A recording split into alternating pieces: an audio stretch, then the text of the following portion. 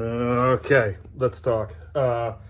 It's been a minute, and I'm not going to apologize for it because life is crazy and time is a flat disc, and I don't care. But we're back, and we're going to talk about a couple of cheap but good bike parts that I think get overlooked by a lot of people or written off by a lot of people. I want to preface this by saying you should be familiar, if you're not already, with Keith Bontrager's famous maxim that you can have light, cheap, strong, pick any two, which I think is almost universally true in the bicycle world.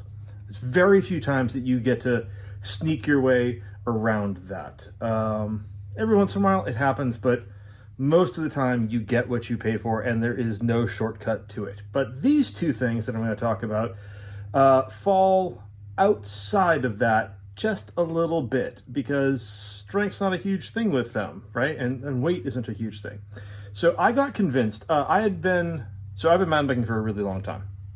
And historically, I always used to use Ori grips because they were sort of the gold standard back in the day for like push-on bar grips. And then ODI came out with their lock-on grips, and I started using, man, I'm going to get it all wrong. I think Ruffians, they were like the thin line, like file cut ones. Anyway, I used those on a ton of bikes, and it was amazing because the riding I was doing at the time tended to have you torquing the handlebar a lot, and it was very easy to get grip creep. And anyway, it solved some problems that I had. But I am now older, doing a slightly different kind of riding, and I'm finding I was getting a lot of hand problems. I think that the bars I'm running maybe don't have quite enough sweep to them, and I may investigate getting bars with more sweep at some point. But the other thing that was pointed out by Andrew Major, if you're not reading his stuff, you really should. I think he's got a smart take on things a lot of the time.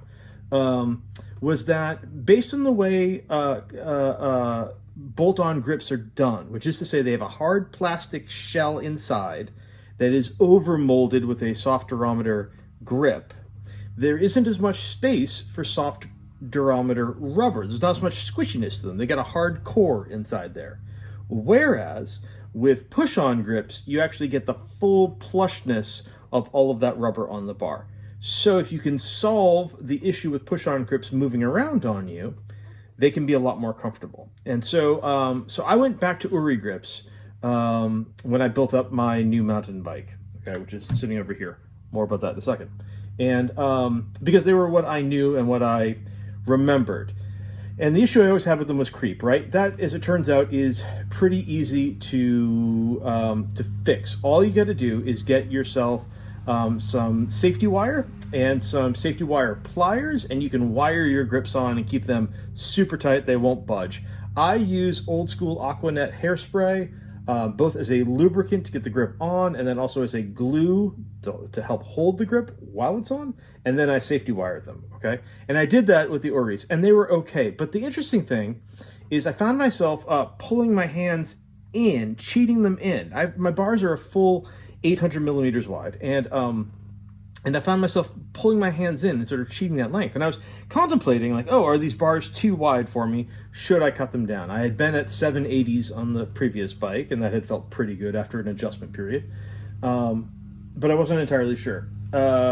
So in the meantime, what I did was I went to these grips. Let me give you a good look here. Look at those. Those are inexpensive. They are BMX grips. See that? Okay, and those are, I think they're Black Ops grips. And the interesting thing for me about these, here, let me get around the other side. The interesting thing for me about these is that they are just the right width. You see my hand gets up against that flange and my hand covers out to the end. So I can't, this flange here, I've always liked grips that have these. I had death grips on a previous bike and I like them a lot. But this keeps me from pushing my hand inboard and cheating in. These fins that are here are perfect. You can't even see it, but there's I can't even show you. There's safety wire in there. Yeah, you can just see it in between those fins there. So these grips are glued and wired on. They don't move at all. They're super solid, super comfy, and this flange is killer. These grips are $7.50. They're less than $8. So they are super cheap. They come in a bunch of colors if you care about that sort of thing. They are easy to wire on. They get a nice big flange on them, a littler flange at the end here. I find them incredibly comfortable. I still might go to a little bit more sweep on my next set of handlebars, but these are killer. Now, the other problem I've always had is if I dump the bike, I don't want to worry about smashing my handlebar and tearing grips up, right? So I have been running, for years, I've been running metal bar end caps. They plug into your bar. This bolt has like a wedge bolt inside it, so it wedges itself, and then you end up with this nice aluminum cap on the end. And then if you dump your bike, oh, hang on, and then if you dump your bike, you're not smashing into the grip, you're not smashing into the handlebar. You can smash up a relatively inexpensive bar plug, and if you care about the aesthetics, you just replace that. And you know, they come in colors and like whatever. These guys were, I think, I don't know, $8 or $10 for the pair. And they are, I see tons of people riding without them, and I see people, God forbid, riding with the end of their bar showing with no plug at all, which is a bad idea. If you have never heard about it, understand that handlebars in a crash can take a core sample out of you. And there are places in your body where you do not want a core sample being taken. So bar plugs are a safety item.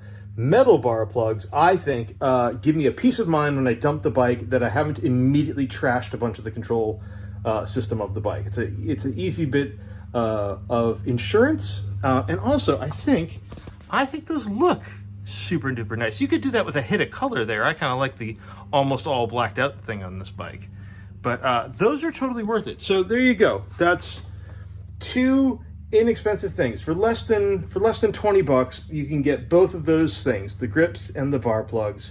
For a couple more dollars, you can get yourself a set of safety wire pliers and some safety wire, stainless, and learn how to wire on your grips properly, because there's a right way to do it and there are wrong ways to do it, and you want to get it right, obviously. This is my favorite handlebar grip setup that I've had in a very, very, very long time. And I was shocked that it wasn't some god-awful expensive Ergon grip that got me there. So there you go. Otherwise, it's good to be back. I'm going to try to make these once in a while a bit more again. I might actually have some time to do that now. So, all right, till next time.